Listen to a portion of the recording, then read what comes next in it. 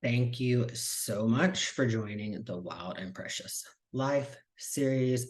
I'm excited tonight. It's a special night. I call them anthology readings when we have a large group of people reading, but this is technically not an anthology. It is the Poet Baseball Card Series project. And when I saw Justin post about this online, I was like, holy shit.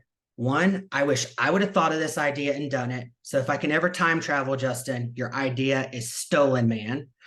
Two, I was like, I hope Justin will say yes if I ask him to be in the series and make it work.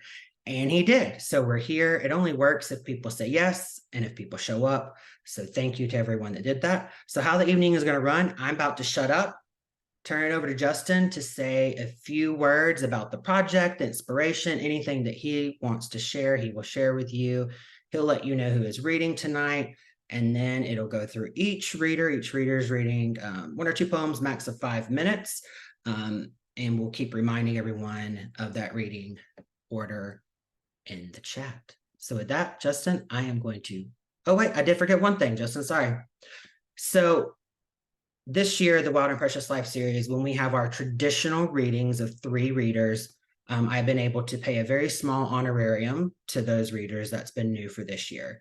Since we do not do that for anthology readings, in order to give back to the poetry community, the Wild and Precious Life series will be giving away, that means we're purchasing from Justin, 3 sets of baseball cards.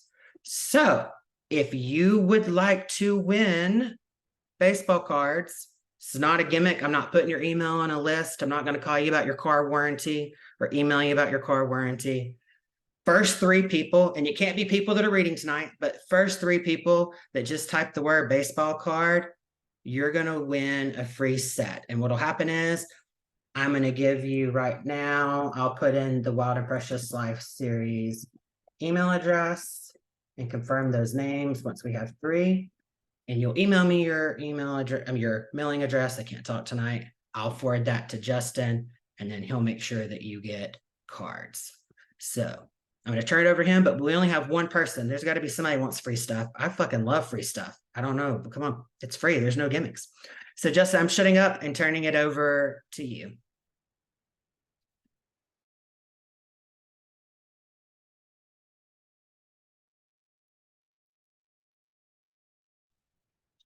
I need unmute. Can you hear me? Okay, awesome. Thank you. Dustin, first of all, let me just say, man, thank you so much for inviting us. And to everybody that showed up, both folks who are here to read and also folks who just showed up to listen. This really warms my heart and kind of validates the project. Dustin asked me to talk a little bit about the project, so I'll just speak about it briefly before we kick off the reading. Poet baseball cards. I can't be the first person who ever thought of it. And I know that the Poets House did something, I don't know how many years ago it was. I really wasn't aware of that when I came up with the idea, but I think it's really cool that they did it. And I would say, surely there have been other people who have thought of the idea too. I think really the only difference is I'm somebody who just is really comfortable building staircases on the way down. And so that gets me in trouble too sometimes. And I bite off more than I can chew, but sometimes it works out. And this one has worked out pretty well. The minute I had the idea, I was like, yeah, we're just going to do it. We're just going to reach out to some people. And I got to say thank you to all you guys who have said yes and been a part of it. That's been really amazing. Like I love to be able to do it. The whole idea behind it was I wanted to pay respects to some poets who I really, really love, who I think are amazing. And then I also wanted to shine a light on some poets who I love, who I don't think get enough attention, and they deserve to be seen by other people. And if the project can put those poets together so that people will notice all the poets in the series and go out and find their poems and find their books and things, then that would be, I think, the goal of what I'm trying to do. For me, I was a baseball kid. Baseball was huge to me. I was a huge collector of baseball cards for years. And to be truthful with you, poets are like baseball players to me now. They're people that I admire. I know their poems the way I used to know baseball statistics. And So it's really meaningful for me to be able to collect them, and I thought maybe some other people would like to too. I'm in a bunch of vintage baseball card groups online, on Facebook and stuff. And the way the idea came about was just I was always looking at those and I thought they were really awesome.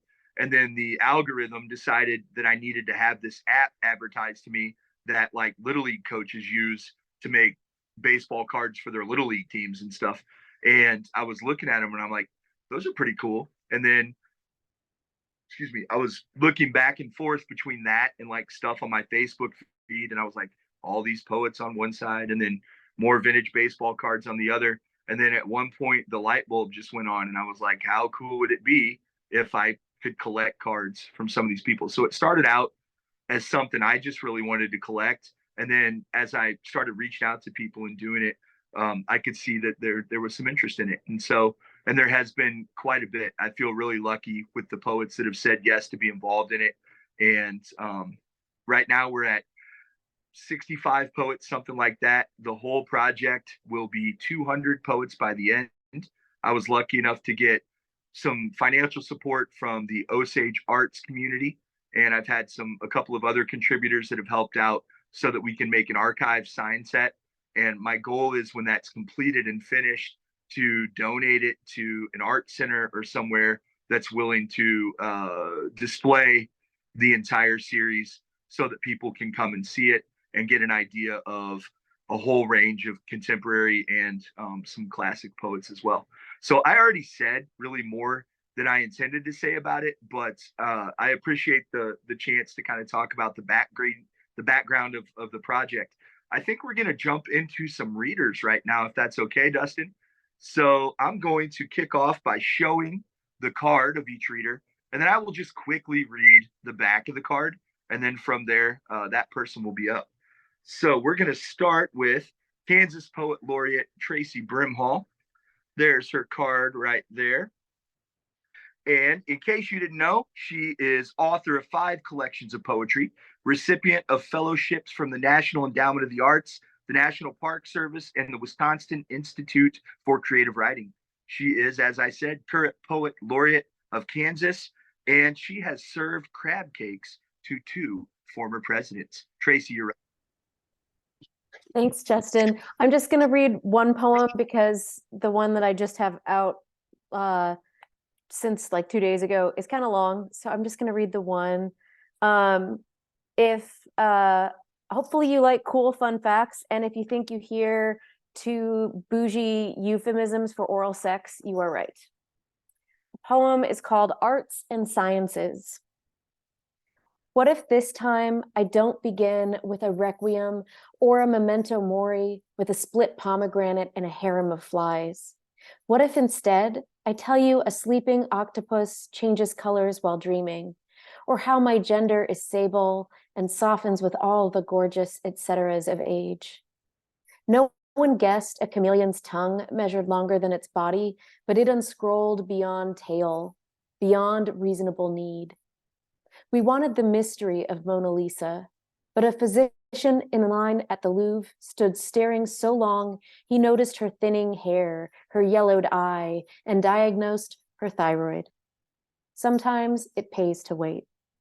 After all, love is a syllabus of domestic chores with rolling due dates and extra credit candlelight.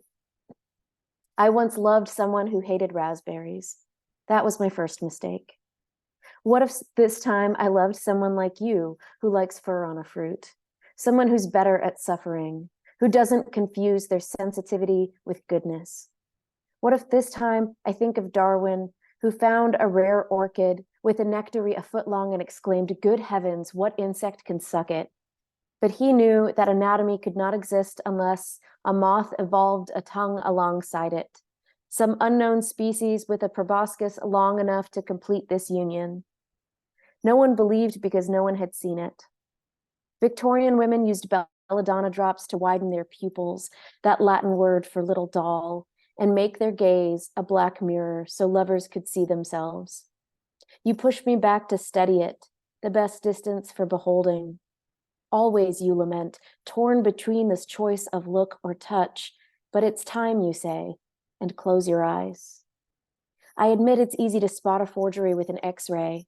The brush strokes are always too quick, the rendering too clean, the first draft, the final one. Behind a masterpiece, lavender swapped for gray, a lamb under the unicorn, 100 mistakes, proving how difficult it is to become something. You joke that I am the Isaac Newton of feelings. I can predict failure's orbital speed, can calculate the chess of silence and confession, or even the path vines will take to injure the brick. It's a gift from my last love, who made a study of his wounds, made me balletic, a cat burglar in a house of eggshells. But what if this time I can't see it all coming?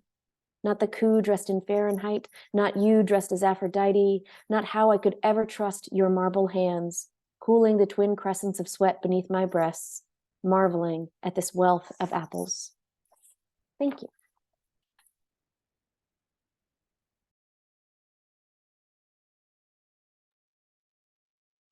Thank you so much, Tracy. You guys may get introduced to my doggos in the background here. They don't really care about Zoom meetings or any of this business. They just don't want any dogs around our house. And I think somebody's walking one in the neighborhood. So that's Bear and Mac up there. Next up is going to be Mary Bittinger. And here is Mary's card. In case you are unaware, she is the author of 7 poetry collections, recipient of awards and fellowships from the National Endowment for the Arts, Ohio Arts Council, and Cleveland Arts Prize, professor and chair of English at the University of Akron. And though known as a Midwestern writer, she was born in the very non-Midwestern state of California. Right. Mary, are you unmuted? I think I am. Yes. Thank you so much for the intro. What a wonderful group of friends that are here. Thank you so much to Dustin and to Justin for this occasion to come together in celebration of baseball cards and poets. You can't tell because my name is covering it, but I'm wearing an Akron Rubber Ducks t-shirt, and that's our minor league team here. And I have a lot of gear, including a really nice sauerkraut balls shirt. But I thought that you might not be able to see all of it, and it might be confusing. So anyway, I'm going to read 2 poems for you, and they're both from my book, Department of Elegy. And I just decided to choose a couple of odd poems that involve some nostalgia. So this first one is called Bear Proof. It was like every reed in the marsh was on fire with beetles. The ground temporary. Clouds a concept invented by a designer who had been awake all night drinking schnapps from the cap of the schnapps bottle. I was afraid to look up my symptoms next to a bear-proof trash bin, feared I belonged in there. How long until everyone else got the message? While I was reading the inscription on a bench, another corporate sponsor disguised as a fallen neighbor. People thought I was weird, still using a radar detector, but they saved $2 a month downloading contents of their fingernails into a shared spreadsheet. The horizon remained true to form, but was not straight. Nothing was. I turned each mosquito over to inspect for a minuscule battery compartment. The sun declined a push notification to glide down. I'm going to find my second one. You know, when you have like your reading copy of the book that's like so destroyed and has all these tabs you never abide, I actually just use like the little tissue for cleaning my glasses as a bookmark. Sometimes I have like sort of lousy titles, and this poem is one that's just kind of an underachiever in its title. It's called Barely There. And thanks again for listening. Barely There. You might be a decent sandwich artist working with terrible bread, a seamstress laboring under the light of one candle, constantly igniting the polyester trousers of your ambition. Every dancer claims to be classically trained. All intellectuals aspire to go public. Maybe today you sell used Hondas, but in the new year, it's refurbished tennis bracelets or feather tails for remedial ballerinas. Sometimes a figure skater has to decide between soup and a novelty bread bowl, or second place. We all hope to master a spin, but what do we miss in the meantime? Like creating a scene at the laundromat, shoplifting, engaging in high-stakes tricks? Any letter that begins, "You will not remember me," should be returned unread.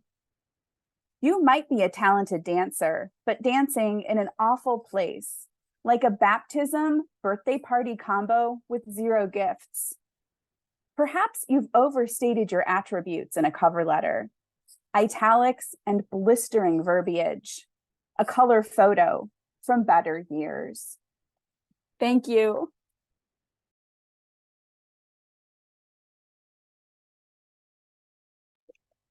Thank you so much, Mary. I really am just blown away at the talent that's here tonight. So again, thank you guys so much. Our next reader is going to be Jack Bedell, and here is Jack's card right there. And in case you didn't know, he is professor of English and coordinator of creative writing at Southeastern Louisiana University. He edits Louisiana Literature and directs Louisiana Literature Press. He has worked in best microfiction and best spiritual literature. His latest collection is Against the Wood's Dark Trunks, and he spent a decade covering the Canadian Football League as a columnist for a variety of websites. Jack, you are up, sir. Thank you, Justin and Dustin. Thank y'all for having me here. I can't wait to hear everyone read. So jump into my poem so I can become part of the audience again. I'm going to read the title poem of my next collection, Ghost Forest. It's a poem in 3 quick parts that's written based on a local photographer, Frank Relly's photograph, Alhambra. 1. Backlit by city and refineries glow, these cypress bones shimmer on the still lake surface. It's easy to see a storm's coming with the sky rolling gray overhead and the water glass calm. Even easier to know these trees have weathered some rough winds, their branches here and there pointing this way and that at what we've done to this place. Their trunks gather here like hoary Old Testament prophets, come down from the mountain to rest in this body dump. Gold light hitting the moss, all luminol shine and whisper. 2. Water's the only thing that gets in here easily, pushed in by storms or poured through spillway gates. Years of its salt have loosened the coastline's faith, turned forest to roots and sawgrass, constant loss. This water rises, seeps, leaves doubt everywhere dirt should be. It's not worth lying down in the hull of your boat to scrape under the rail trellis if you only come in here to see what used to be. Do it so you can hear the ghost forest sing about what's coming next after the water's had its way. 3. What is moss if it isn't memory? It hangs off these branches, sways on the breeze like Merton's prayers. The closest these trees will get to needles again. Everything else here is dead still, waiting for the storm to blow in.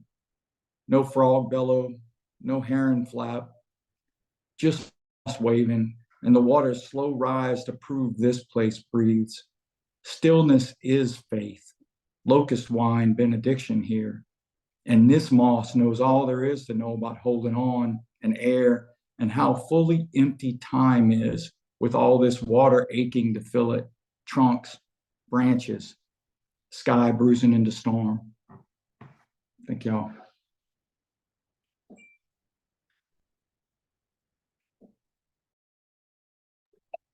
Hell yes, Jack. Thank you. That was awesome, man. Fantastic. Our next reader is going to be my friend Tony Brewer. Here's Tony's card right up there, if you guys can see. He is a poet, Foley artist, impresario, musician, book designer, voice actor, Kentucky Colonel, Osage Arts Community alumni, and author of 10 books and chapbooks, including Pity for Sale from Gasconade Press and Fragile Batteries from the Grindstone. Check out this fun fact. Was a crowd extra in Hoosiers 43 minutes, 54 seconds in, out of focus, standing under the basket, clapping, wearing Dad's 1954 senior chords. And I will admit to having tried to find that on YouTube, just if I can locate Tony there, but I haven't done it yet. Tony, you're up, man. Thanks, Justin. Thanks for having me. And thanks to Dustin for hosting the whole menagerie. It's great to be here. You can totally find that because I looked it up. It's actually streaming on Hoopla right now. And that's where I was able to pause it and get the time. So anyway, here's a couple. I'm going to read the titular poem from Pity for Sale called Pity for Sale. After Ferlinghetti, after Gibran. Pity the bee who has no country, its fuzzy, swollen appetite and hardwired love of candy. Pity the window gladly accepting so many waves of heat and hand fogged with condensation of desire. Pity the vegetable in its untouchable packet disguised as itty-bitty seeds that are mere possibilities. Pity the failed backup and make it new. Pity the ambulance so lonely it stalks my next-door neighbor twice this year alone. Alone.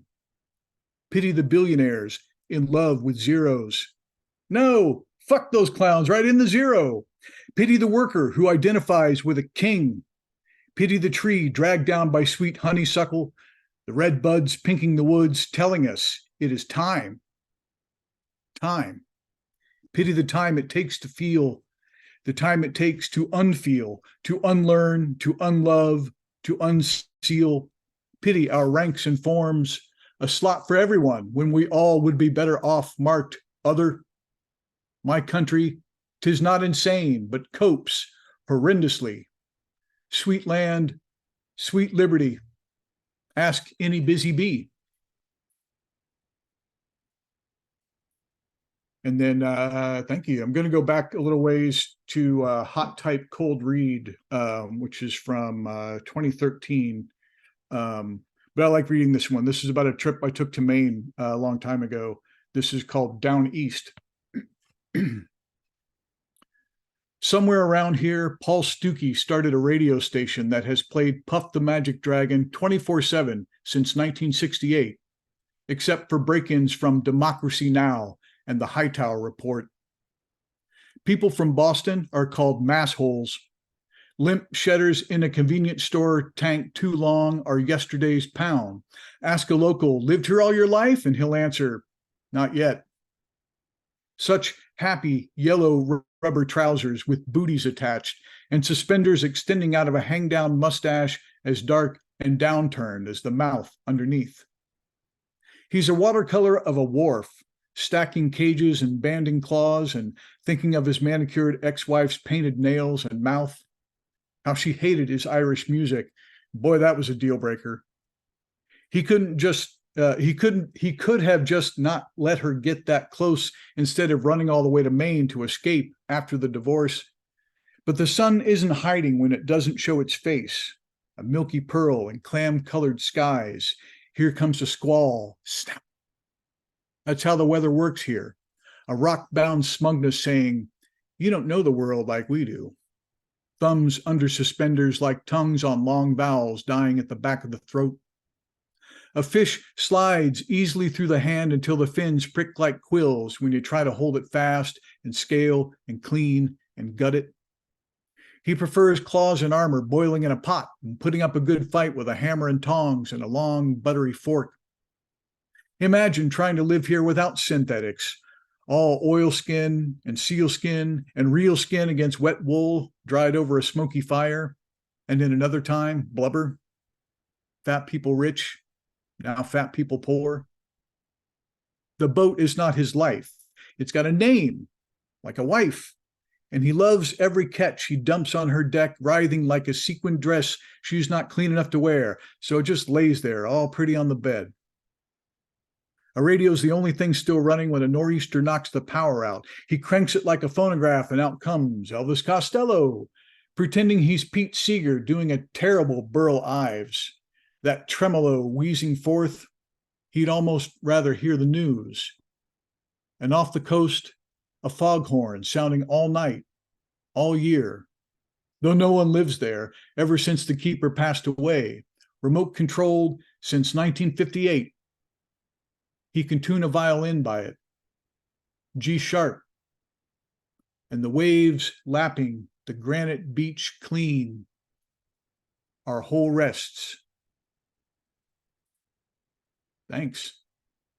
Thanks, everybody. Good being here. Yes, Tony, thank you, man. Appreciate that. Our next reader is going to be Mr. John Burrows. There's John right there. Hi, everyone. Yeah, John, I'm going to read your little intro here first. Oh, Previously Ohio Beat Poet Laureate, author of The Rest of the Worthwhile, Rattle and Numb, and more than a dozen chapbooks. Since 2006, has spearheaded Crisis Chronicles Press at www.crisischronicles.com. He's also the National Beat Poet Laureate 2022-23. John, you're on, man. Good to see you. thank you, Justin. And wow, such fabulous work shared so far. And I'm looking forward to everybody else. These are a couple of poems I wrote for Tupelo Press's 3030 while I was staying with my dad in West Virginia for a week. So much for saving. Before almost anything, I remember a bubble bath with Dad at my Aunt Helen's house on Wilder Avenue in Elyria when I was probably 3 years old. We were visiting Ohio from West Virginia because Dad wanted to find a healthier job than in the coal mines or another tour in Vietnam. He told me not to eat the bubbles. I did not even want to pop them. I saw each bubble as a universe of possibility. A dozen years later, he and Mom snooped and found poems I had written about impending death and assumed I was suicidal. They sent me to a shrink because he had the same name as a guy they remembered from back home, and because they wanted to save me. He asked about my earliest memory, and I told him about the bath and when Dad let the water out and wouldn't let me keep the bubbles. Not want to die, and was only writing about the end of the world because a visiting preacher their church had hosted convinced me it was imminent. More bubbles burst. And throughout my childhood, no matter how hard I tried to hold the universes safe in my hands, they always eluded salvation.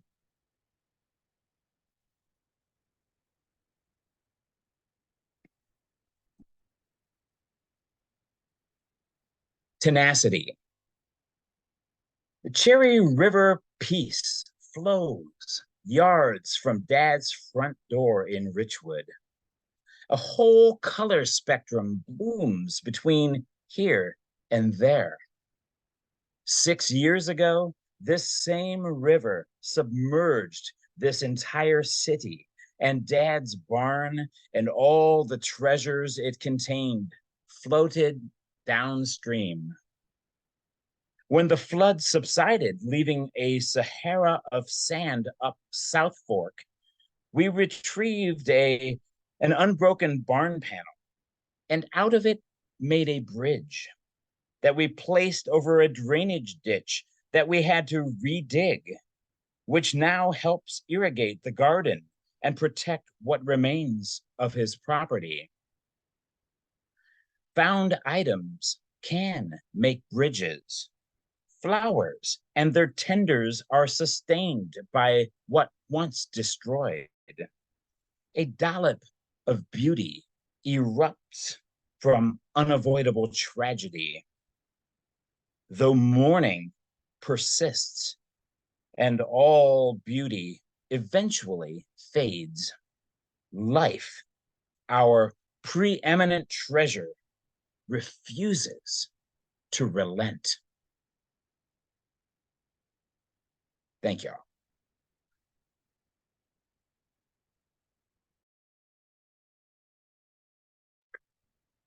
Thank you, John. And my dogs liked your poems too. You can hear them in the background. They're barking that they think they're pretty great. So here is going to be Pirates fan Rick Camp. There's Rick right there, sporting a pretty sweet poet and essayist living on Alligator Point, Florida. 7 poetry books to his credit, including most recent Provenance. Teaches in the University of Nevada, Reno's MFA program. Grew up on the Ohio River above Pittsburgh and is a Pirates fan no matter what. He saw Roberto Clemente play in Forbes Field. You are up, sir. Thank you, Justin and Dustin. I'm currently far from home. I'm in the dark night of West Virginia, and I'm doing this on my phone because apparently nothing that I brought with me to West Virginia works. And I'm in the English department, and I don't know if I can get out at night because I've never been in here before. But other than that, I'm going to read a poem that's, I think the title was stolen from Richard Hugo. It's called "Touching the Heart Means the Steel of Home." And it's going to be in a new book that's coming out from Press 53, hopefully in February for AWP. And I keep changing the title, so I can't tell you what the title is, but it'll have my name on it. It'll have my real name on it. So this is called "Touching the Heart Means the Steel of Home." I am a backup catcher, single A, Big Sky League. I found my calling. Nothing to write home about, but I do it twice a week to a woman I loved, but not enough. I told her I had to follow my heart. She didn't understand why it had to lead me away from her. Last week she wrote, "When you're done warming up pitchers in a bare dirt bullpen, remember what you've lost." It was a sign. The sky's large enough for all of us to get lost. Nighthawks dive for bugs and stadium lights, never bright enough. When I go home, it will be too late. And I'm going to read one more. I decided I should read poems that mention baseball. And this one from an old book called Dixmont, from Autumn House Press. This one is one of the few poems I hope that has Odysseus, Roberto Clemente, and Shulamith Firestone in the same poem. And Smokey Burgess. It's called The Muse. And it's, I had to, anyway, I was teaching, the World Lit course and reading the Odyssey a lot and stuff like that. So it goes like this. The Muse, who would have guessed, loves to hear stories of Roberto Clemente. In fact, she says it makes her hot. Best baseball player ever. Handsome, passionate, gives his life for the poor. All you have to do is tell Roberto's stories. Imitate Bob Prince singing Arriba, Arriba, and she's all over me. Goddesses, as you might know, are no slouches at love. Odysseus spent 7 years in Calypso's bed, and even the night before he was to sail home to Penelope, he went for a little more of that ambrosia. It's not easy for me to love her. Any man knows the pressure of performance anxiety. When you love a goddess, there's no room for strikeouts, for guessing curve and getting a fastball that leaves you standing there with your bat on your shoulder. For the Muse, I invent Clemente stories. I figure even she can't have seen all the games, not every play. I've got a library in my head, Prince, Jim Woods, my grandfather's embellishments. I used to think cultural feminists were tough. All that talk about orgasm and power, the way they'd whisper, Shulamith Firestone married daily just when you were about to steal home. The Muse doesn't say anything. It's her silence, her eyes starting to wander. Suddenly she's talking about Odysseus and how he could swim 9 days. And I tell her about the time Clemente plays ball off the right field wall, 375 feet away, turns toward home and lets the ball fly like at the Phasian games. I do this to show that I can get Homer into this game too. And it screams toward the plate on a line across the wine dark grass. She looks at me now, brows arched. The runner from first is heading home when the ball arrives, knee high on the fly. The catcher waits there like her look says, skip the simile. The runner stops and looks out to right. Smokey walks down the line and tags him gently. Clementi was a god, I say. She says, come here one more night. Thank you, guys. Before we move on, I'm going to just do some quick amid announcements. I'm going to put in the chat, if you haven't already, you can follow the Wild and Precious Life by checking out our link tree. That'll get you to our schedule page so you can see we're already looking into next year. Also, this is a month where we have 2 readings instead of 1. So next week we do have an additional reading. Taylor Bias will be reading. You probably have seen her making the rounds in social media as her new book has won a few awards and been a finalist for a couple. Erin DeLee, good friend of mine and fabulous poet, will be here, and Sophia Faye as well. So check out that Wild and Precious link. And if you want to support the series, don't want your money, just want you to tweet, Blue Sky, Threads. Can't keep up with all the social media now. All the social media. Just drop a word about the series and tag us so people can find us. Word of mouth is the best way to promote the series, and it is greatly appreciated. I turn it back over to Justin. All right. Thanks, Dustin. And yeah, I encourage everybody to support the series in every way you can. To say thank you to Dustin for being so kind, for having us here. Guys, meet Curtis Chrysler. There's Curtis, an old friend of mine. Born and raised in Gary, Indiana, award-winning poet, author of 6 poetry books, 2 YA books, and 5 poetry chapbooks. Has worked as an editor and contributing poetry editor, created Indiana Chitlin Circuit, ICC, and the poetry forum called The Synastic. Somehow knows that when Louis Armstrong first left from New Orleans on a train for Chicago, Louis left with a fish sandwich his mother had packed for him. Cool fact. You're up, Curtis. Hi, everyone. It's nice to be here today. I'm just going to read 2 poems. Can everyone hear me all right? Okay. I'm going to read 2 poems from an upcoming book, doing drive-bys on how to love in the Midwest. And the first one is called The Alchemy of Jailbirds. On our love-making bed, our sleeping bed, you lay lovely, naked as moonshine thieves through in slivers, like pickup stick limbs from winter trees. It is cold outside. There is a meanness to our social application, the way we cut off people's necks with a look. It is January and COVID. The street lights sticking out along and around the curve of the road, jutting up like raised hairs on chill bumps, glinting into our window. I sit and I look and I listen as your breasts rise, fall. This living. I know air scatters all of the micro dust and particles all around us. It reminds me of the only time a parent can sigh, feel secure, when the baby is asleep, chest rising and falling, and you watch down on her, dumb and numb. You wonder, is this what God does all day? Try understanding all those little difficulties with living. Try understanding the loud deceit of what makes us move, go on, and push all that hurt out. It is January. It is cold in this world at this time. At this moment, when you turn over, your breath hesitates, is interrupted due to readjusting. You pull the covers over most of your body, legs still naked, kneading. Somehow you trust me to watch over your breathing all over again.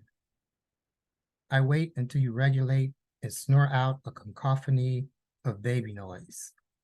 I'm stuck in our finality too. It is cold in the world, in January hollers.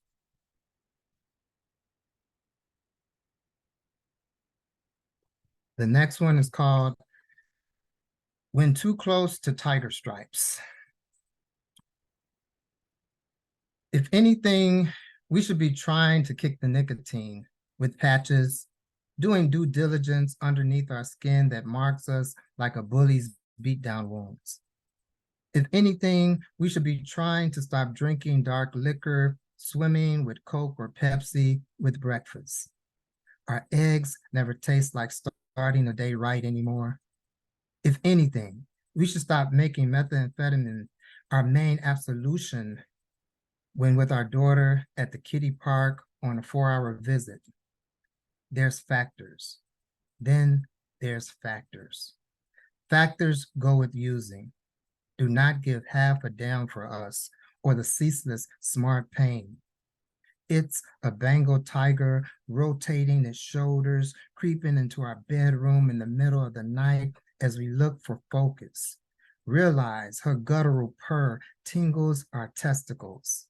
The real fear. We care to shut out what our 2 eyes adjust to, but we get mesmerized by her muscles, her objective, her eyes a wonderment of yellow reaching for us as we ossify and piss and shit ourselves. Her dripping saliva catches moonlight, a paradigm of celestial God watching, diamonds emitting their brilliance. Her girths atop us. We smell rank breath. We smell her vibration, and it feels like the bed won't hold up. We don't move. We can't move. She places us into her mouth. Nothing sexual about death. It is power and stealth and the magnificence of honey bringing us together. This is dominance. This is all about her. Animal on animal. Teeth in our meat. Thank you.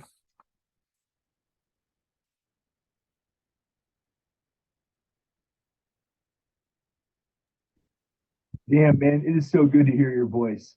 Thanks. I want to endorse Curtis's new book too. I had a chance to already read it and say some things for a cover blurb for him, and it kicks ass. So I hope that you guys will get it when that book comes out. Curtis, man, I hope to see you in person again pretty soon. Our next reader is W. Joe Hoppy. There's our friend right here. Author of Hot Rod Golgotha, Diamond Plate, and Galvanized. Chosen Austin Chronicles Best Mopar Poet 2016. Lived in Austin, Texas from 1989 to 2021 before returning to the Great Lakes state. W. Joe and his wife run a Christmas tree farm in Michigan. All right, man, you're up. All right. Thank you, Justin. So this first one's called Trying Hard Not to Become a Nature Poet. Excuse me, hang on. Trying hard not to become a nature poet.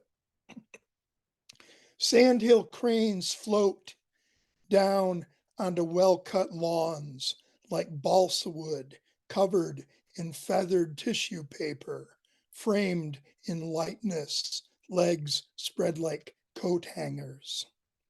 Or the wind picks them up into duets, a kung fu film, cause and response. Early fall and the fuzzy babies are almost full size, red skull caps pure scarlet. Mom, dad, offspring trios walk like camels, calm on gravel roads. You wait for them to cross with sweet wonder at their numbers, remembering how your parents drove to the county's far corners to glimpse a single pair. Where goldfinches fly through lowland marshes, bright yellow and black, among the greens or the light browns of dead weeds. They're like heralds for you yourself, having fulfilled your potential or shining notes of good things to come further along each road. And the deer seem ubiquitous, slipping between vines and branches, corn stalks and leaves at the edge of every clearing. The joke is they know 2 more months until hunting season. So here they stand, full flanked, almost bovine, wherever they please. Round another curve in the loop swooping lane, and if you look close, the eyes and ears of two young deer awakened from afternoon's nap in a field of soybeans. But half a mile away, the train horn triggers a whole Friday night football game of coyote howls, usually just one or two when the 10:53 rolls through, but tonight dozens have shown up to answer the locomotive's call. Or at 2:30 Saturday morning, the neighbor who served overseas comes home to his backyard shooting range, lights it up for 3/4 of an hour, focuses his laser scope, his night vision goggles on some movement at the edge of his fields, or maybe man-shaped targets, awaiting the execution of his will. But a quarter mile to the north, I-94 runs east to west, the white noise of a television, and in the late darkness, every so often, a motorcycle screams through the pavement like a ripsaw.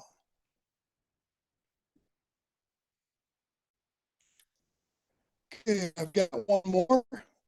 It's kind of seasonal. It's called Monster Poem, and it begins with an epigraph from Lux Interior, who I hope you all know, but he was the lead singer for the Cramps. And he said, "You better ask my mama how to make a monster. Mention monster and my heart puts out a welcome mat. Godzilla as nuclear metaphor, explained very early on by my mom. Frankenstein's Adam, vastly superior yet cast out by his maker. Grendel, full grown, still living with his mother. Sweet Quasimodo, who never harnessed his fearsome appearance. Give me the least human of any superhero team. Nightcrawler, the Beast, Sasquatch, Swamp Thing, Iron Giants, and Red Tornadoes possess an undeniable otherness I still long for. We Calibans, we grouchy Oscars and garbage cans, we consumers of cookies, we huggable Elmos, Max's Wild Thing in continuous rumpus, protectors and guardians of Tibetan Buddhism, whose wrathful aspects of form follow function, rat finks and weirdos hot rodding the streets, lend our mythos to movies and energy drinks. Saturday matinee creature features give us sympathy for the misbegotten. Victims were always normal people.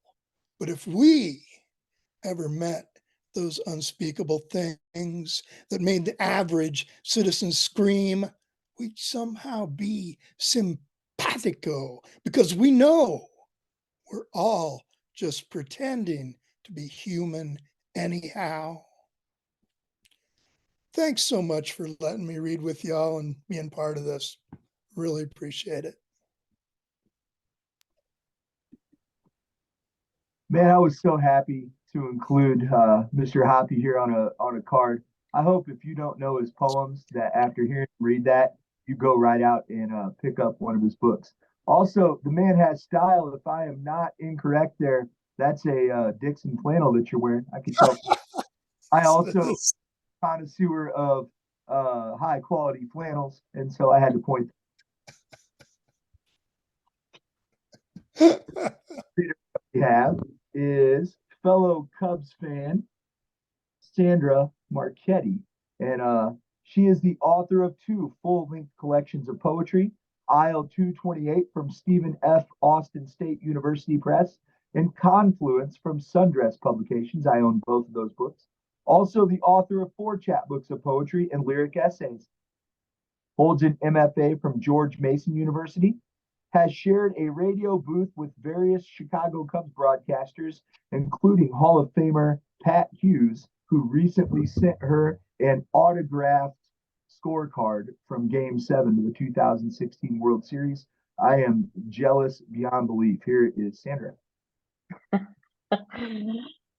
Oh, well, I'm so glad to be here because this is a fantastic group. This is probably one of the best groups I've ever read with.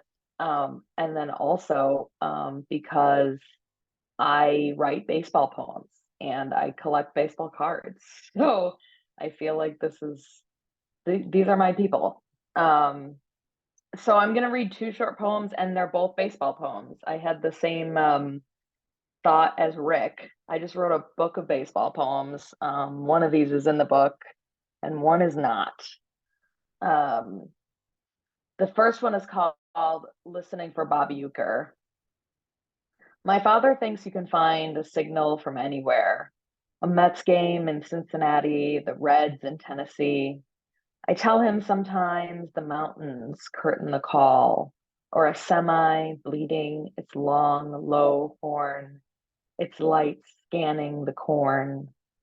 But 50,000 watts fighting Dolly Parton or revival travels.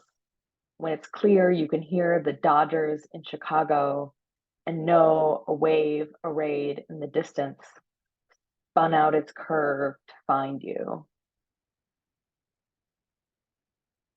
And I'll read one more. And this one's a little newer. It's probably the closest I'm going to come to a protest poem. Sorry.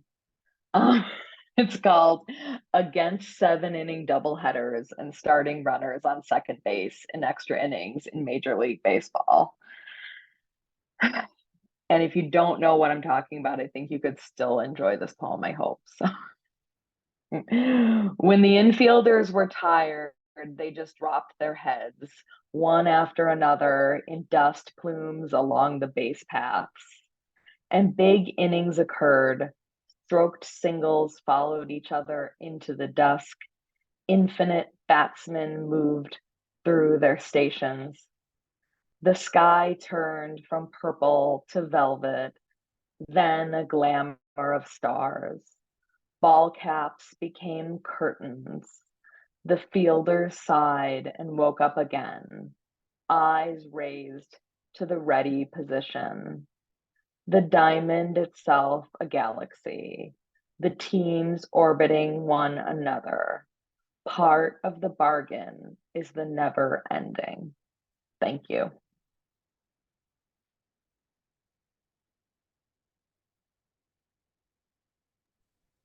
Sandy, thanks so much. It's always good to see you. Next up is Mr. Michael Meyerhofer, author of 5 poetry books, 6 poetry chapbooks, and 2 fantasy trilogies. Poems and short stories in the Sun, fantasy and science fiction magazine, Southern Review, Rattle, and Modern Haiku. Poetry editor of Atticus Review. Knows entirely too much about weightlifting and pocket knives, and also, even though it's not on the card, medieval swords, which he's told me about in the past. Also, on a personal note, one of the poets that I owe one of the deepest debts of gratitude to. He's been generous with me from when I was very much a beginner all the way till now, and I can't repay that friendship and that kindness. Michael, it's good to see you, man. Let's hear some poems. Thank you, Justin. Thank you, everybody. I still feel like a beginner, so no thanks necessary. This first poem is about my brother who I lost last year. It's called Last Game of Catch. 8 months, and still sometimes my left hand takes the shape it made against the back of your neck when I help them move you from plastic armchair to deathbed. Texture of an anchor chain, your eyes like hills without houses. Earlier, someone told me how beautiful the world becomes once it's slowed down, the hemorrhaging of garbage bags, even bullets through stained glass. Last night, you appeared to say nothing can happen without an observer. So I realize we must live on just long enough for corpse light to reach another's eyes.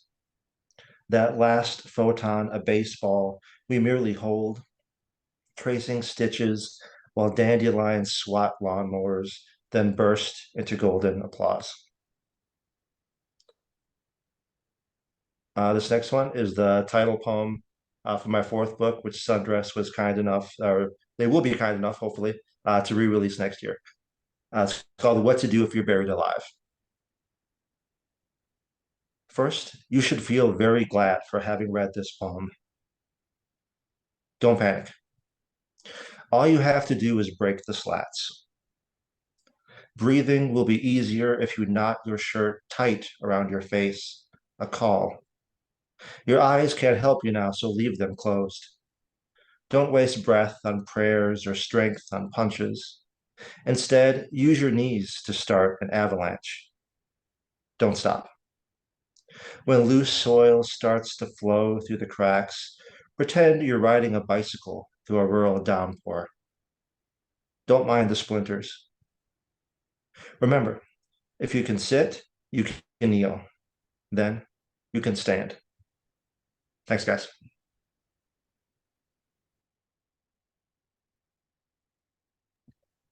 If I had 500 Michael Meyerhofer books, I'd sneak into people's houses and leave them on the kitchen tables or the coffee tables. Thanks for showing up, Mike. Our next reader is Alexis Roan Fancher. And I didn't think that poems could make me blush in my 40s. But Alexis writes very powerful and very risky poems, which are pretty incredible and also can make me blush. So here is Alexis's card. And she has authored 10 poetry collections, including Brazen and Erotic, both from New York Quarterly Books. Next up, My Criminal Boyfriend, a novel in Flash. A native Angelino who now lives in the Mojave Desert with her husband Fancher. View is spectacular. Before she became a poet, was a professional stage actress. Alexis, welcome. Thank you, Dustin, Justin. I'm delighted to be here. And such brilliant poets. It's a pleasure and an honor to be reading with you. I have two poems from my new book, Brazen, which came out, I believe, in March. The first one is called Midnight in the Backyard of Lust and Longing, and it was in Slipstream. The saphists are at it again. Screw yous ricochet off our common walls. Invectives landmine my window. You cheating bitch. Like clockwork, this drunken Friday night climax to their ceaseless lovers' quarrel. I'll kill you, I hear the growl, and then the smashed plates, the screams. By the time the cops arrive, it's a full-out brawl. The two women spilling from their back door, tussling across the no man's land between the backyard and mine. Worse than animals. This time it's Holly, the younger one, dragged to the patrol car, yellow hair wilding, small hands cuffed behind her back, picking at the cops in those Daisy Dukes, an army jacket wafting her silhouette. More clothes than she had on the last time the cops rolled up or the time before. It's almost dawn, and the trees shiver in the fog. Raccoons slink through the tall grass. Marie, Holly's better half, paces the yard in a blue bathrobe and slippers, smoking a cigarette, sobbing as the cops jam her lover into their car. Watch her head, she cries, and flings herself across the yard, lunges for Holly through the glass. Baby, baby, she sobs, the reason for their discord forgotten. Holly mouths a sloppy kiss. Marie opens her robe, presses herself against the glass. Can you believe it? I would do anything to be loved like that. Thank you. This second one was in the Harbor Review, Best in the Net 2020. It's called Power Play. When my lover tells me I cannot say no, and I protest, she parts my legs, says, yes, baby, yes. I do what I'm told. No becomes a foreign country. I take it as permission, open season. So when the waiter asks if there'll be anything else, I peruse his menu. I'm stuffed, but I say yes, cram my mouth with macaroons and chocolate. And when the Lyft driver seduces me and the rear view eyes me like prey, asks, may I kiss you? I say yes. And when the long-legged woman I've long lusted after at the gym wonders aloud if I'm single, asks me to dinner and a movie, I say yes. And when she invites me into her bed, what can I say but yes, yes, yes? And when my fan in Nova Scotia begs me to be his muse, to sanction an explicit ode to my breasts, my ankles, my lower lip, a poem he'd never show his wife, I cannot say no to his lust and delusion. Now he wants to climb me, sublime me, shoot me full of stars. Is this what you want too? He writes, and I answer, yes. And when I return to my lover at last, and she sinks into the heady dampness between my thighs, looks up at me and asks, have you been faithful? I say, yes. Thank you.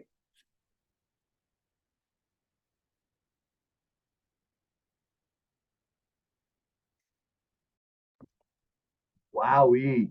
All right. Our next reader is Marcus Wicker. And here is Marcus's card. Born in Ann Arbor and raised in a town in Michigan that he's going to pronounce when he comes on, because I can't.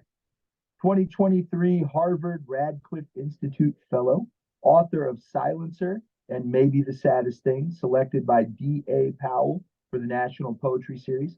Honors include NEA, Ruth Lilly Fine Arts Work Center, and Cave Canem fellowships. Interesting fact, he will skip a previously scheduled engagement to write a poem, to listen to records, or watch boxing in his gym jams. Will do so at a moment's notice without hesitation or guilt. And yet we are lucky enough to have him here to read. Marcus, you're up, man. Hey, thanks, Justin, for bringing us together. Appreciate that. And thank you all for your poems and your light. It's been great. I've been living in Memphis for the past 6 years, and I recently moved to Boston. I've been here for like 6 weeks, and it turns out that I really miss the sunshine. So I'm going to read a poem with a little sunshine. It's a new poem. The title is also the first line. Late summer and the Anthropocene, and our hibiscus is on that bullshit again. You know the story. She picked us. Date night at the roadside nursery. The one made entirely of good vibes and floor-to-ceiling chain link. So that sometimes, with any luck and clear skies, when the air quality index glows a pale tangerine, little golden squares of craft cheese light melt honeybees, snake plants, and hostas. The ordinary ferns hanging tough melt me and my love in a gooey tropical gladness. Hibiscus child sang to us from the parking lot. Wouldn't I look peachy on your withered deck?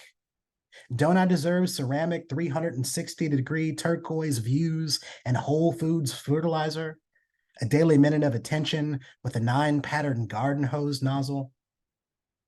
Middle kid and a potted triptych. Hibiscus child can be a bit much, but she's honest, opens up, then closes pointedly. Flaunts her heart's coral needs with a gaudy audacity I am famously bad at, like Love me, motherfucker, lest we both perish of heat stroke. Love, it's late, summertime, and the living is halogen. But you and me, we are perishing gracefully as 2-century gardenia bushes flanking a flugelhorn tree fashioned from rose gold blooms. Impervious to inclement grief, rising seas, and the separatist hurricanes of history.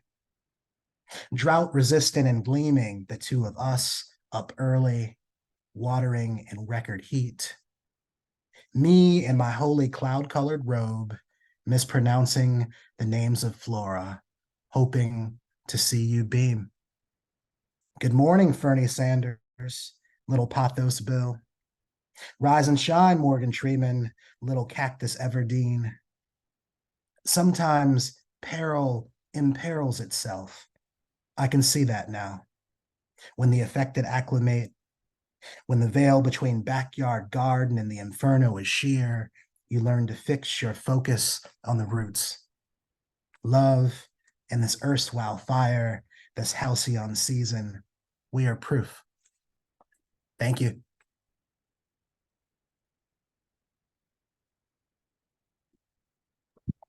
Once again, man, thank you so much for coming. That was fantastic. I appreciate it so much.